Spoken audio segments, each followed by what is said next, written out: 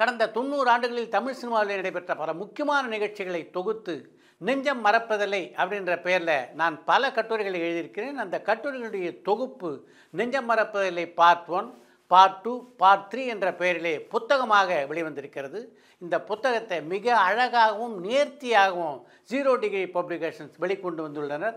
இந்த புத்தகத்தை நீங்கள் வாங்கணும்னா இப்போது YMCAவில் நடைபெறுகின்ற புத்தக கண்காட்சியில் 540, 541 ஆகிய 2 ஸ்டால்கள்லையும் இந்த புத்தகங்கள் விற்பனைக்கு கிடைக்கும். Holidays-nale adu namma GT Holidays da. GT Holidays, South India's #1 travel brand. You know you are special when you're with GT Holidays.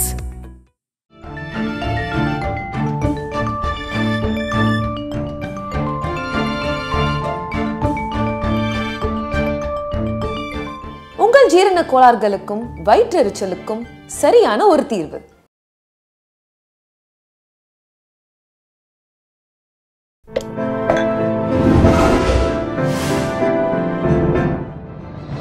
Sai with Chitra. Yuvan Shankar ராஜாட்ட பணியாற்றியது எப்படி இருந்தது? அவரும் அதே பாட்டன் தான் சார். டியூனை கொடுத்துட்டு அரேஞ்ச்மெண்ட் பண்ண சொல்லுவார். நான் அரேஞ்ச்மெண்ட் பண்ணிட்டு இருப்பேன். ரொம்ப அகெயின் வெரி சாஃப்ட் ஸ்போக்கன். அப்பாவை பற்றி பேசுவார் அவங்கக்கிட்ட? அவர் எங்கே பேச, நான் தான் நோண்டின்னு கேட்டுட்டே இருப்பேன். அவர் எங்கே பேச போகிறாரு? நான் தான் தொல்லை பண்ணிடுறேன். இங்கே வாசிக்கிறத விட்டுட்டு அதுதான் பாதி நேரம் நோண்டி அது கேட்பேன், இதை கேட்பேன், இதை கேட்பேன். இன்ஃபேக்ட் நான் பீத்திப்பேன் ரொம்ப இவன் கிட்ட. உங்கள் அப்பாவோட பாட்டு உன்னை விட எனக்கு தான் நிறைய தெரியும் தெரியுமா அப்படின்னு நான் பீதிப்பேன். ஏன்னா நான் அவ்வளோ சின்ன வயசுலேருந்து நான் கேட்டுட்டு அவர் பாடின எல்லா பாட்டும் எனக்கு தெரியும். லிஸ்ட்டு வச்சுருக்கேன், டிஸ்கோகிராஃபி. அது ஒரு தனி பிளேலிஸ்ட் இருக்குது. உங்கள் அப்பா பாடின பாட்டு, இந்த பாட்டு தெரியுமான்னு நான் சும்மா அவர் டெஸ்ட் பண்ணுவேன். இவனை இந்த பாட்டு உனக்கு தெரியுமான்னு சொல்லிட்டு டெஸ்ட் பண்ணேன். அது தெரியாது, இந்த பாட்டு தெரியாது அப்படின்னா. ஸோ எனக்கு என்ன பெருமைன்னா, அதாவது இளையராஜா புதல்வனுக்கு தெரியல, இளையராஜா புதல்வனுக்கு தெரியாத பாட்டு எனக்கு தெரிஞ்சது அப்படின்னு எனக்கு அதில் ஒரு அல்ப சந்தோஷம். அது வேற ஒன்றும் இல்லை, அல்ப சந்தோஷம். ஸோ அந்த மாதிரி சும்மா அதை பண்ணிட்டு இருப்பேன். அப்புறம் ஒரு தடவை ஒரு ரெக்கார்டிங் அப்போ யுவனோட ரெக்கார்டிங் தான் அந்த பிரசாத் ஸ்டுடியோவில். அப்போ ஒரு அன்னைக்கு ரெக்கார்டிங் எதுவும் இல்லை. அவர் ஏதோ மிக்ஸில் உக்காண்டிருக்காரு இளையராஜா சார் பூத்தில். அது எனக்கு தெரியாது. இங்கே இந்த ஒரு அறையில் இவர் செட்டப் பண்ணி நான் இன்னொரு rhythm programmer Yuvan Shankar Raja work பண்ணிடுறோம். அப்புறம் நான் அவர் ஏதோ ஒன்று பேசிகிட்டு இருக்கும்போது பவதா வந்தாங்கன்னு நினைக்கிறேன். பவதா வந்தாங்க நினைக்கிறது, நான் வந்தாங்க. அப்பா இருக்கார் பூத்தில். உடனே அவர் என்ன பண்ணுறாரு, நம்ம தான் இங்கே இருக்கோமே, அவர் ரெக்கார்டிங் ஏதோ போதா அப்படின்னு எனக்கார ஒரே பயம். திட்டக்கிட்ட போகிறாருன்னு. நான் ஏற்கனவே அவரை முதல் தடவை இதில் பார்த்துட்டேன். அவரோட வீட்லேயே அதை சந்திச்சது தான் முதல்ல அனுபவம். அப்புறம் இங்கே இந்த ஸ்டுடியோவில் நம்ம ஏதோ ஒரு பாட்டு ப்ரோக்ராமிங் மட்டும் பண்ணிட்டு இருக்கோம், வேற ஒன்றும் ரெக்கார்டிங் கிடையாது. அந்த ஒரு அறையில் அங்கே அந்த பூத்தில் இருக்காருன்னு சொல்லவே எனக்கு ஒரு இது ஐடியா தோணுச்சு. நான் ஒரு டைரி ஒன்று வச்சுருக்கேன், சின்ன வயசில் ஆரம்பித்த ஒரு டைரி. அது இளையராஜா டைரி அதுக்கு பேர்.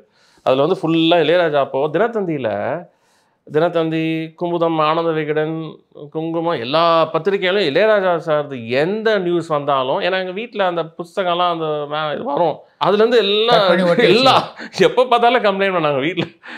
அதுவும் அது இதுக்கு லைப்ரரி, அது லெண்டிங் லைப்ரரியிலேருந்து வந்துட்டு போவோம். அதுலேருந்து திருட்டுத்தனமாக இதெல்லாம் கட் பண்ணி இளையராஜா போடலாம் கட் பண்ணி பேஸ்ட் பண்ணி எல்லாம் ஒட்டி ஒரு டைரியே ஆல்பம் ஃபார்ம் பண்ணிட்டேன். இதை கிட்ட காமிச்சு ஒரு ஆட்டோகிராஃப் வாங்கணும் அப்படின்னு சொல்லி. அதில் நான் வேறு ஏதோ பயங்கரமாக எழுதியிருப்பேன். என் தெய்வம் இசைஞானி என்னென்னமோ நான் பாட்டுன்னு ஒரு கவிதை அந்த பக்கம் போயிட்டு இருக்கும். எழுதி அவரோட அட்ரஸ்ஸு, அவர் வீட்டு ஃபோன் நம்பரு, அது இதுன்னு என்னென்னமோ இருக்கும் அந்த டைரியில். ஸோ அதை காமிக்கணும் அவர்கிட்ட அப்படின்னு காமிச்சிட்டு, பார்த்தா நீ நாளைக்கு கொண்டு வா அப்படின்னு சொன்னான். சரி நாளைக்கு கொண்டு வா, அப்பாட்ட காமிச்சிடலாம் அப்படின்னா. சரி ஓகே, இதுதான் நமக்கு சந்தர்ப்பம். இந்த டைரியை இவர்கிட்ட இப்போவே காமிச்சு ஒரு ஆட்டோகிராஃப் வாங்கினார். மறுநாள் நான் அவர் வராரு. அப்புறம் நாங்கள் போனோம், லஞ்சுக்கு முன்னாடி கொஞ்சம் உள்ளே போனோம். எனக்கா ஒதுருது அவரை பார்த்தா. ஏன்னா தெய்வத்தை பார்த்தா எப்படி இருக்கும், ஒதுருது. உட்காந்துருக்கார், பண்ணிட்டு இருக்காரு. எல்லாம் யுவன் நுழையிற அப்படி அந்த ரிதம் ப்ரோக்ராமர் சஞ்சய்ன்னு சொல்லி அவர் வராரு. பவதா நான் பார்க்குறேன். நான் என்ன அப்படின்னு, இல்லை இவர் கீபோர்ட் பிளேயர், உங்ககிட்ட வாசிக்கணும் தான் மியூசிஷியனாக இருக்காரு அப்படின்னு பவதா சொல்கிறார். அப்படி என்கிட்ட வாசிக்கணும்னு மியூசிக் டைரக்டர் இந்த டைரி, என்கிட்ட மியூசிக் வாசிக்கணும்னு ஆசைப்பட்டு இப்போ எங்கே வாசிக்கிறாரு அப்படின்னு போட்டாரு பாருங்க. ஏன்னா அவருக்கு தெரியும் நான் எங்கே வாசிக்கிறேன்னு தெரியும் இல்லையா. எங்கிட்ட வாசிக்கணும்னு சொல்லி எங்கே வாசிக்கிறாரு? எனக்கா பதில் தைரியம் இருந்தால் பதில் சொல்லியிருப்பேன். ஐயா உங்ககிட்ட வாசிக்கணும்னா தவமாக இருந்து இத்தனை வருஷமாக இருந்திருக்கேன், தைரியமே இல்லை எனக்கு. இப்பயே உதறது, உடம்பெல்லாம் உதறது. அவர்கிட்ட சொல்லணும்னு ஆசையாக இருக்குது, ஆனால் தைரியம் வர மாட்டேங்கிறது. அப்படியே இந்த இதெல்லாம் அப்புறம் பார்த்துட்டு இதெல்லாம் அப்படியே திருப்பி பார்க்குறாரு. பார்த்துட்டு என்ன மேலேயே கீழே 2 தடவை பார்த்தாரா, எனக்கு அப்படியே என்ன பண்ண ஓடிடணும்னு இருக்கு. அவ்வளோ பயம் எனக்கு. இதெல்லாம் நீங்கள் ஸ்கூலில் படிக்கிற நேரத்தில் இதெல்லாம் என்ன பண்ணுறீங்கன்னு கேட்டார். இன்னொரு கேள்வி. அதுவும் எனக்கு பயமாக இருந்தது. ஐயோ நம்ம படிக்காதெல்லாம் அவருக்கு எப்படி இப்போ தெரிஞ்சு போச்சே, இவரை தான் நம்ம வழிபட்டுன்னு இருக்கோம். ஸ்கூலில் படிக்கிற நேரத்தில் இதெல்லாம் இந்த வேலையெல்லாம் பண்ணிட்டு இருக்கீங்களேன்ற மாதிரி கேட்டார். அப்புறம் இன்னொரு பக்கத்தில் அவரோட இது டேட் ஆஃப் பர்த் ஏதோ போட்டிருந்தேன், அதை கரெக்ட் பண்ணார் என்ன. இது நான் 2nd ஜூன் இந்த தேதி 1942 43 ஞாபகம் இல்லை. அது ஏதோ ஒன்று கரெக்ட் பண்ணார், தேதி கரெக்ட் பண்ணாரா, இயர் கரெக்ட், பர்த்டே. அது என்ன தேதி தப்பாக போட்டிருக்கீங்க, இது வந்து செகண்ட், அது போட்டு அது திருத்திக்கோங்க அப்படின்னாரு. அது ஒன்று சொன்னார். அப்புறம் சில ஃபோட்டோஸ்லாம் பார்த்து இந்த ஃபோட்டோலாம் இதெல்லாம் எங்கே கிடச்சிது பத்திரிகையாளருக்கு அப்படின்னு சில ஃபோட்டோஸ் ஏதோ பார்த்துட்டு சொன்னார். இதெல்லாம் எங்கே கிடச்சிது அப்படின்ற மாதிரி ஏதோ சொன்னார். அந்த மாதிரி அப்புறம் ஆனால் அந்த ஆட்டோகிராஃப் சொல்கிறதுக்கும் எனக்கும் தைரியம் வரல, அவங்களும் சொல்லலை. ஆனால் பவத்தா ஒரு லைன் சொன்னாங்க. இது பவத்தா இல்லை, பவத்தா கூட ஃப்ரெண்டாக இன்னொருத்தர் வந்தாங்க. அதாவது சஞ்சய் நான் சொன்ன அந்த ரிதம் ப்ரோக்ராமோட ஒய்ஃப் இருந்தாங்க அங்கே. அவங்க ஒரு எனக்கு ஒரு சப்போர்ட் பண்ண ஒரு வார்த்தையோடு சொன்னாங்க. அதான் கார்த்திக் யுவன் பவதா கிட்ட வாசிக்கிறாரு அங்கிள் அப்படின்ற மாதிரி ஒன்று சொன்னார். அது வந்து எனக்கு ஒரு திருப்தியாக இருந்தது. சரி அப்படின்னு இது போய் அவரே எனக்கு அவர்கிட்ட வாசிக்கிறதுக்கான வாய்ப்பு வந்தது சார். 2 முறை வந்தது.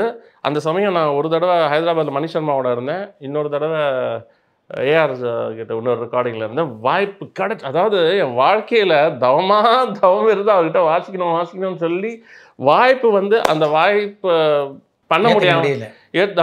அது எனக்கு பெரும் குறை, அது ஒரு பெரும் குறை. அது என்ன சொல்கிறதுனே தெரியல எனக்கு. அது எனக்கு என் வாழ்க்கையிலே எனக்கு ஒரு பெரிய வேதனைன்னா அந்த ஒரு வேதனையை சொல்லுவேன். அவர்கிட்ட அந்த உட்காந்து வேலை செய்ய முடியலையேன்ற அந்த ஒரு அது எனக்கு அப்பப்போ நானே மறந்து போட்டுப்பேன். சரி அவங்க பசங்கக்கிட்டையாவது நான் ஏதோ ஒர்க் பண்ணேன் அப்படின்னு ஒரு மறந்து போட்டுப்பேன். எனக்கு காதல் படத்துக்கு உங்களை எப்படி தேர்ந்தெடுத்தார் அப்படின்ட்டு சங்கரை கேட்டிங்களா? இல்லை, அந்த கேள்வியை நான் கேட்கல. ஏன்னா நான் பாய்ஸில் ஒர்க் பண்ணது, அவர் அறிமுகம் இருந்ததுனால தெரியும், என்ன அவருக்கு தெரியும், அவருக்கு என்ன தெரியுன்ற மாதிரி. இதை கூட இசையமைக்கக்கூடிய திறன் உங்ககிட்ட இருக்குது அப்படின்னு அவர் கண்டுபிடிச்சது பெரிய விஷயம் தான். இல்லை, அவர் வரும்போதே பாலாஜி சார் என்ன சொன்னார், ஃபோனில் ஏதாவது நீங்கள் பண்ணதை ஏதாவது ஃபோன் இது சிடியில் ஏதாவது எடுத்துன்னு போயிடுங்க கூட வேணும்னு சொன்னார். நான் ஒன்றுமே வேறு இல்லை, என்கிட்ட ஒரு டெமோ ஒன்றுமே கிடையாது சார். அழைப்பு வந்தது பாலாஜி சக்திவேல் மூலம் தானே? ஆமாம். ஏன்னா எனக்கு ஃபோன் பண்ணி சொன்னவர் ஏஆர் ரஹ்மான் ஸ்டுடியோவில் 100ன்னு இருந்தார். அவர் எனக்கு ஃபோன் பண்ணி சொன்னார், இந்த மாதிரி ஃபோன் வரும் கொஞ்சம் தயவுசெய்து எடுங்க, பேசுவார், சங்கர் சார் பேசுவார்னு தான் சொன்னார். சங்கர் சார் பேசுவார். ஃபோன் பண்ணி பாலாஜி சார் தான் பண்ணார். பண்ணி அறிமுகப்படுத்திட்டு சங்கர் சார் பக்கத்துலேயே இருக்கார், நீங்கள் முதல்ல அவரை நாளைக்கு பாருங்கள், இந்த ஒரு சினிமா விஷயமா. எனக்கு அப்போ கூட நான் 100 கிட்ட முன்னாடியே கேட்டேன், இது என்ன விஷயம் கொஞ்சம் சொல்லுங்க அப்படின்னு. அவருக்கும் எனக்கு தெரியல ஜோஷா, நீங்கள் போய் பாருங்கள் என்னன்னு தேவை. போய் பார்த்தபோது இது சொன்னார், சினிமாவுக்கு இசையமைக்கிறதுக்கு ஆர்வம் இருக்கா, இன்ட்ரெஸ்ட் இருக்காலாம் கேட்டார். அஃப்கோர்ஸ் நான் 8 வயசுலேருந்தே எனக்கு இந்த ஆர்வம் சார், இதில் வரணும்னு ஒரு இது இருந்தது. அவர் அப்புறம் அந்த சிடி பாலாஜி சார் தான் ஃபோனில் சொல்லியிருந்தார் முந்தின நாள், அதை கொடுத்தேன். அவர் போட்டுட்டு கேட்டுட்டு, இல்லை பாலாஜி சார்கிட்டே கொடுங்க, நீங்கள் அவரே இது பண்ணட்டும், அவரே எதுவும் கேட்கல. அப்புறம் நான் அப்புறம் போயிட்டேன். நான் அப்புறம் போயிட்டு அப்புறம் மறுநாள் எனக்கு பாலாஜி சார் ஃபோன் பண்ணார். சரி நான் உங்கள் இது கேட்டேன். ஐயோ நான் சொன்னேன் சார், அது ரொம்ப ஒரு ரஃப்பாக, உங்களுக்கு என்ன புரிஞ்சுதுன்னு தெரில, நான் வாசிச்சது உங்களுக்கு என்ன புரிஞ்சுதுன்னே தெரியல. அது நான் சங்கர் சார் அப்படின்னு சொன்னேன். ஏன்னா ரொம்ப ரஃப்பாக நான் இன்னொரு ரெக்கார்டிங்கில் இருந்தேன். இப்போது இன்னொரு இசையமைப்பாளர்கிட்ட ரெக்கார்டிங்கில் ஏதோ ஓடிட்டு இருந்தது. அப்போது பண்ணது தான், அந்த கேப்பில் பண்ண அந்த லஞ்ச் டைமில் ஏதோ ஒரு சும்மா ஸ்க்ராட்ச் மாதிரி பண்ணி தான் எடுத்துன்னு போய் கொடுத்தேன். அதில் டியூன்ஸ் இருந்ததா? டியூன்ஸ் ஏதோ ஒரு கீபோர்ட்லேயே நான் டியூன்ஸ் வாசித்தேன். அது நான் பாடலாம் ஒன்றும் செய்யலை, கீபோர்டில் டியூன் வாசித்து ஏதோ ஒரு பேக்கிங் ட்ராக் ஒரு 2 போட்டு கொடுத்தேன். ரொம்ப ரஃப் அது கேட்டால் எனக்கே கூட ரொம்ப இது திருப்தி இல்லை. அது சும்மா எடுத்துன்னு போய் கொடுத்தேன். அதில் என்னென்னா திருப்பி இவர் சொன்னார், இது நீங்கள் இசையமைக்கணும் என்னோடய படத்துக்கு, நீங்கள் முதல்ல திருப்பி இன்னொரு மீட்டிங், இந்த படம் ஒப்பந்தம் கன்ஃபார்ம் பண்ணுறதுக்கு திருப்பி இன்னொரு மீட்டிங் என்னை கூப்பிட்டாங்க. சங்கர் சார் கிட்ட போய் பாருங்கள் மறுபடியும் அப்படின்னு போனேன். அவர் ஏதோ டியூன்லாம் ஹம் பண்ணுறாரு. அவர் சங்கர் ஏதோ பண்ணிட்டு இருக்காரு. நான் உன்னிப்பாக இது எந்த டியூனுக்கு பாடுறாரு ஒன்றுமே புரியல. அவர் பாடிட்டே இருக்காரு. ஒரு 2 நிமிஷம் அப்படி போகுது. நானும் வெயிட் பண்ணிகிட்டே இருக்கேன். நிறுத்தி ஏதோ சொல்லுவார் போல இருக்கு அப்படின்னு. அப்புறம் இன்னொரு டியூன் பாடுறாரு. இந்த மாதிரி ஒரு 3-4 டியூன் ஏதோ பாடிட்டே வரிசையாக பாடிட்டு வர்றாரு. இவர் என்ன டியூன் பாடுறாரு எனக்கு இதெல்லாம் தெரியவே தெரியாது. எனக்கு சார் இது என்னப்பா உங்கள் டியூன் தான் நீங்கள் கொடுத்தீங்க இல்லையா சிடி அதுலேருந்து பாடிட்டு இருக்கேன். ஓ அப்படியா? எனக்கு சத்தியமாக ஏன்னா நான் ஏதோ பிளாங்க் அவுட். நான் சுத்தமாக எனக்கு ஞாபகம் இல்லை. நான் இந்த டியூன் விஷயத்தில் நான் இன்றைக்கி போட்டால் நான் நாளைக்கு மறந்துடுவேன். அது எனக்கு ஞாபகமே இருக்காது. இவர் என்ன இந்த டியூனெல்லாம் மனப்பாடம் வச்சுட்டு பாடிட்டு இருக்காரு அப்படின்னு சொல்லிட்டு ஆச்சரியமாக இருந்தது. நல்லா இருந்தது இந்த டியூன்லாம். Very good. நீங்கள் you can proceed. You are the music director அப்படி ஃபார் திஸ் ஃபிலிம் காதல் அப்படின்னு சொல்லி கை கொடுத்தாரு கன்ஃபார்ம் பண்ணுறது. தேங்க்யூ வெரி மச்ன்னு சொல்லிட்டு அந்த படம் ஆரம்பித்து அது போச்சு, நல்லபடியாக போச்சு. ஃபஸ்ட்டு சாங் என்ன கம்போஸ் பண்ணீங்க? பிட் சாங் தான் சார். அது படத்தில் வரல. நான் கம்போஸ் பண்ண 2 பிட் சாங்குமே அந்த படத்தில் ஆனால் வரலை. அதுதான் முதல் பண்ணது. அதுக்கப்புறம் ஒன்றுனா பண்ணேன். கடைசியாக பண்ணது இந்த உனக்கென இருப்பேன் பாட்டு. ஒன்று நாங்கள் சங்கர் சாரோட பீச் ஹவுஸ் ஒன்று இருக்குது ஈசிஆரில். அங்கே தான் இப்போ ஒரு 3 நாளோ 4 நாளோ ஏதோ உட்கார வச்சு நம்ம அங்கே தான் கம்போசிங் பண்ணோம்.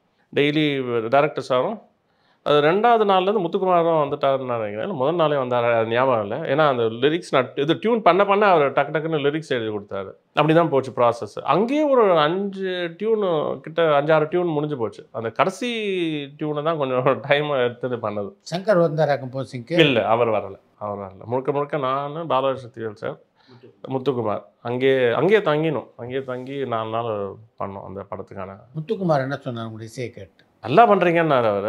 நல்லா பண்ணுறீங்க, அடுத்து நீங்கள் தான் பெரிய ஆளாக வருவீங்க, அந்த மாதிரி நல்ல ஒரு என்ன சொல்கிறது ரொம்ப என்கரேஜிங்காக பேசுவார். வேலையில் அவ்வளோ வேகம். அது சொல்லுவாங்க கண்ணதாசன் சார் வாலி சார்லாம் அப்படி தான் எழுதுவாங்க. நம்ம அவங்ககிட்ட நம்ம ஒர்க் பண்ணுறதில்ல, தெரியாது. ஆனால் கேள்விப்பட்டிருக்கோம். அந்த வரிசையில் இவரும் அந்த மாதிரி நல்ல வேகமாக நல்ல ஸ்பீடு டக்குன்னு பண்ணுவார் சார். நான் பல பாட்டுக்கு இந்த டியூன் முத்துக்குமார் நாளைக்கு இருக்கோம், நீங்கள் டக்குன்னு வேணும் எனக்கு டியூன், எனக்கு ரொம்ப டைம் இல்லை நீங்கள் கொடுங்கன்னா அந்த சரி பாடுங்கன்றாரு. டியூனை பாட அவர் வரி சொல்ல நான் எழுதிட்டு வருவேன். ஏதாவது கொஞ்சம் அந்த இடிச்சது வார்த்தை உட்காரலன்னா திருப்பி ஏதாவது ஒன்று கேட்பேன். அதுக்கு டக்குன்னு கரெக்ஷன் சொல்லிவிடுவார். டக்குன்னு ரொம்ப அருமை அவர்கிட்ட ஒர்க் பண்ணுறது. அவ்வளோ எனக்கு அந்த மாதிரி ஃபாஸ்ட்டாக ஸ்பீடாக ஒர்க் பண்ணுறது ரொம்ப பிடிக்கும். அது ரொம்ப நிறுத்தி நிதானமாக ஸ்லோவாக பண்ணுறது எனக்கு விருப்பமே கிடையாது. ரொம்ப ஃபாஸ்ட்டாக பண்ணணும். என்ன ஒன்று நான் அந்த முதல்ல காதல் முடித்த கையோட சில படங்கள் பண்ணேன் சார். ஒரு 2006 அந்த மாதிரி. அப்போல்லாம் நான் சொன்ன அந்த 80கள்லேருந்து வந்த டைரக்டர்ஸ் நான் மலைப்பாக பார்த்த ஒரு 2-3 பேர் ஒர்க் பண்ணும்போது டியூன் செலக்ட் பண்ணுறது ரொம்ப ஸ்லோவாக இருக்கும். நம்ம ஃபாஸ்ட்டாக பண்ணிட்டு இருப்போம். ஆனால் என்னை கொஞ்சம் ஸ்லோ பண்ணிவிடுவாங்க. ஸோ அந்த ஃபேஸ்லேருந்து நான் சீக்கிரம் கரெக்ட் பண்ணிட்டேன். இது ஏன்னா நம்ம ஸ்பீடுக்கு இது புது ஆளுங்கிட்ட ஒர்க் பண்ணுறது பெட்டரு அப்படின்ற மாதிரி எனக்கு கொஞ்சம் அப்படியே கரெக்ட் பண்ணிட்டு போயிட்டேன். ஏன்னா அந்த பழையசாக வந்த ஆளுங்க எனக்கு ஏன்னா ஆச்சரியமாக இருந்தது. ஏன்னா அவங்க அந்த சமயத்துலேருந்து வராங்க, அவங்க இன்னும் இப்படி இருக்கணும்னு நான் எதிர்பார்த்தேன். ஆனால் என்னை ஸ்லோ பண்ணிட்டாங்க அப்படியே.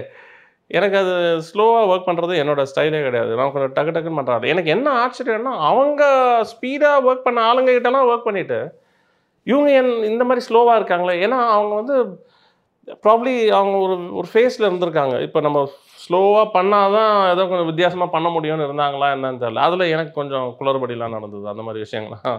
நீங்கள் இசையமைத்த பாடலில் முதலாக திரையில் பார்த்து நான் இசையமைச்சு நான் பார்த்த ஒரே படம் காதல் தான் சார். திரையில் நான் பார்த்தது. மற்ற எந்த படம் நான் பார்த்ததில்லை.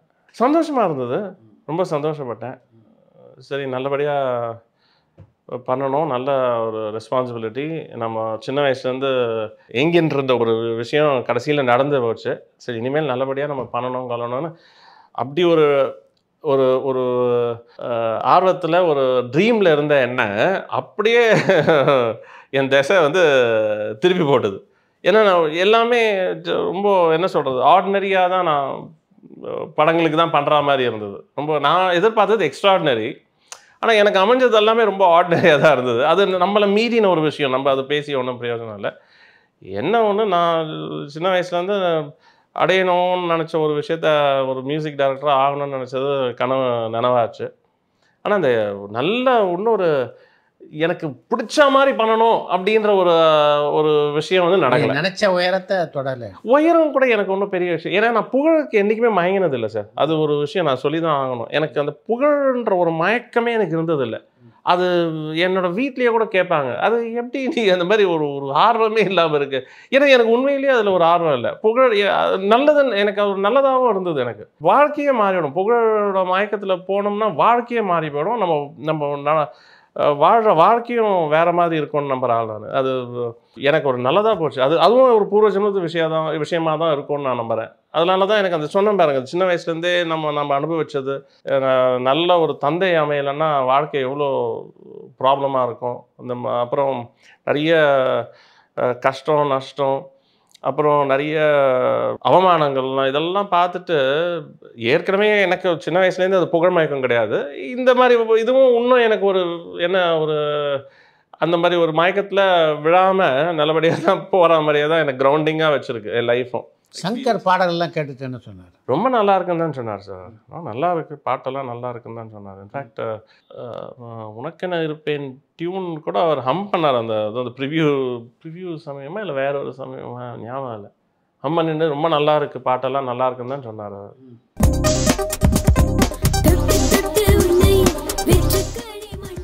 காதல் திரைப்படத்துடைய வெற்றி எப்படி இருந்தது? அதான் நான் சொன்ன மாதிரி காதல் சமயத்தோட வெற்றி அப்படின்ற போது அது படம் வெற்றி அமைய சமயத்தில் நான் வந்து சிறை வாசத்தில் ஒரு 30 நாள் இருக்க வேண்டிய ஒரு சந்தர்ப்பம். இந்த இடத்துல காதலை பற்றி முழுமையாக பேசுவோம். முதல் காதல்லேருந்து உங்களுடைய முதல் காதல் எங்கே தொடங்கிச்சு? முதல் காதல் நான் 20வது வயதில் இல்லையா? இல்லை சார், 18 வயசுல. 18 வயசாக இருக்கும் போது என் காதல், நான் வந்து படித்த அந்த மியூசிக் இன்ஸ்டிடியூட்டில் இவங்க வந்தாங்க இல்லையா, இந்த பெண்மணி, அவங்க கூட எனக்கு காதல் ஏற்பட்டு காதலித்து ரொம்ப சீக்கிரமாகவே கல்யாணம் பண்ணிக்கணும். அவங்களும் இசை தான். அவங்களும் பாடுவாங்க, கிட்டார் வாசிப்பாங்க, அந்த மாதிரி காதல். எனக்கு அந்த சமயத்தில் ஒரு என்ன சொல்கிறது, ஒரு காதல் அப்படின்றது ஏன் அந்த வயசில் ஆரம்பிச்சதுன்னா, இப்போது 2 விதமாக பேசலாம். ஒன்று, சின்ன வயசுலேருந்தே நமக்கு அன்பு அரவணைப்பு ஆறுதல்லாம் கிடைக்கல. ஏன்னா எங்கள் அம்மாவும் அதை என்ன கொடுக்கும், அவங்களும் கஷ்டப்பட்டு இருந்தாங்க. எங்கள் அப்பாவோட அழுத்தத்தினால சோதனை வேதனை சோதனை இவ்வளோ போயிட்டு இருக்கு வாழ்க்கையில். ஒரு அன்பு அரவணைப்பு ஆறுதல் கிடைக்கல எனக்கு. அப்படின்னும் போது நான் அதை வந்து தேடின்னு இருக்கேன். அது எனக்கும் தெரியல, அந்த வயசு எனக்கு சொல்லவும் தெரியல, எனக்கும் சொல்ல புரியல. எனக்கு தேடின்னு இருக்கேன். அது இவங்ககிட்டேருந்து கிடச்சிது. கிடைக்கவே அந்த காதல் பண்ணி திருமணம் பண்ணி குழந்தையும் பார்த்து ரொம்ப எனக்கு என்னோட வாழ்க்கையிலேயே நான் ரொம்ப ரொம்ப ரொம்ப மகிழ்ச்சியான ஒரு இன்பமான நாள்னா என் குழந்தை அன்னைக்கு பிறந்தது தான் சார். என் முதல் குழந்தை பிறந்து 2வது குழந்தை பிறந்தனாலும் அவங்கள முதல் பார்த்தது, ஐயோ இந்த மாதிரி ஒரு பாவிக்கு இவ்வளோ அழகான ஒரு தேவதை பிறந்திருக்கேன்ற மாதிரி தான் நான் பார்த்தேன். அந்த குழந்தை அப்படி ஒரு தேவதை மாதிரி ஒரு குழந்தை வந்து அப்படி நிற்குது. இந்த சின்ன பையனுக்கு எனக்கு அது என்னமோ நம்ம ஜாதக கட்டம் அந்த மாதிரி சீக்கிரம் திருமணம் ஆகி சீக்கிரம் குழந்தைய பார்த்துக்கணும்னு நம்ம இது வரைக்கும் என் வாழ்க்கையில் எனக்கு பெரிய சந்தோஷம் அப்படின்னா என் முதல் குழந்தை வந்த நாளும் 2வது குழந்தை வந்த நாளும் தான். அவங்க தான் இன்னைக்கு வரைக்கும் எனக்கு வாழ்க்கையில் சந்தோஷம்னா அவங்க மூலமாக தான். எனக்கு வேறு எதுவுமே சந்தோஷம் கொடுக்கறது இல்லை. அவங்க 2 பேர் தான் எனக்கு முழுக்க சந்தோஷம் கொடுக்குறாங்க. சொல்கிறதுக்கு வந்து ஒரு விஷயத்தை வந்து மறுதளித்து பேச வேண்டிய ஒரு சூழ்நிலை இருக்குது. சொல்லுங்கள். இங்கே வந்து விக்ரமன் வந்து நம்முடைய நிகழ்ச்சிக்கு வந்திருந்தார். நான் கேள்விப்பட்டேன். அதுக்கு தான் இந்த சொன்னேன். இப்போ சென்னை காதல் படத்துடைய பாடல் பதிவை பற்றி அவர் இந்த நிகழ்ச்சியிலேயே சொன்னது. ஜோஷ்வா ஸ்ரீதர் வந்து ஒரு மிகச்சிறந்த இசையமைப்பாளர். எனக்கு அவருடைய பாட்டு அவ்வளோ பிடிக்கும். அதனால தான் அந்த படத்துக்கு வந்து அவர் தான் இசையமைக்கணும்னு சொல்லி நான் வந்து வலியுறுத்தி அவரை வந்து அந்த படத்தில் போட சொன்னேன். நான் ரெக்கார்டிங் தேட்டருக்கு போவேன். நான் போய் வெயிட் பண்ணிட்டே இருப்பேன். கடைசியில் 5 மணிக்கு சொல்லுவாங்க, இல்லை சார் இன்றைக்கி அவர் வரமாட்டார், இன்னொரு நாள் வச்சுக்கலாம் சார். அது அவர் கூட சொல்ல மாட்டாருங்கிட்ட, யாரோ ஒரு 3rd person வந்து சொல்லுவான். எப்படி இருக்கும் எனக்கு யோசிச்சு பாருங்க அப்படின்னு நம்ம நிகழ்ச்சியில் சொல்லியிருந்தார். இது வந்து முழுக்க பச்சை போய் கேள்விப்பட்டேன் சார். சொன்ன பரவாயில்ல, இயக்குனரே சொன்னது. நான் வந்து இசையமைப்பாளர் நான் சொல்கிறேன். இப்போது இயக்குனர் சொன்னதுக்கு நான் வந்து இப்போ பதிலடி கொடுக்குறேன், அவனு கூட வச்சுக்கலாம். அந்த காலகட்டத்தில் உங்களை வந்து தொடர்பு கொள்ள முடியல அப்படின்ற புகார் உங்கள் மேலே நிறைய இருந்தது. அதுவும் தவறு சார். அது வந்து அந்த பொருள் இருந்தது, எனக்கே தெரியும். மேடையிலேயே கூட ஆர்பி சௌத்ரி தயாரிப்பாளர் சௌத்ரி பேசும்போது ஜோஷுவா பொறுத்த வரைக்கும் மிகச்சிறந்த இசையமைப்பாளர். என்ன பிரச்சனைன்னா அவர் தொடர்பு கொள்றது தான் அப்படின்னு பேசினார். புரளி சார் அதுவும் அதுக்கும் விளக்கம் கொடுத்துட்றேன் நான். இது என்னன்னா எனக்கு அகைன் நான் ரெக்கார்டிங் சமயத்தில் ஃபோனை தொட மாட்டேன் சார். உங்களுடைய முதல் படத்தை பொறுத்த வரைக்கும் பாடல்களும் மிகப்பெரிய வெற்றி, படமும் பெரிய வெற்றி. அப்படி இருந்தும் ஏன் உங்களுக்கு பல வாய்ப்புகள் வரல அப்படின்னு எப்போது யோசிச்சிருக்கீங்களா? சிறைக்கு போயிட்டு வந்ததுனால ஒரு நெகட்டிவ், ஒரு பிளாக் மார்க் இருந்திருக்கலாம் அப்படின்னு நான் நினச்சது உண்டு. ஒன்று, ஏன்னா சிறைக்கு போயிட்டு வந்துட்டான். பரபரப்பான சினிமா செய்திகள், நட்சத்திரங்களின் பேட்டிகள், சினிமா வரலாறு ஆகியவற்றை பார்க்கவும் படிக்கவும் உங்களுக்கான இணையதளம் tourantalkies.co.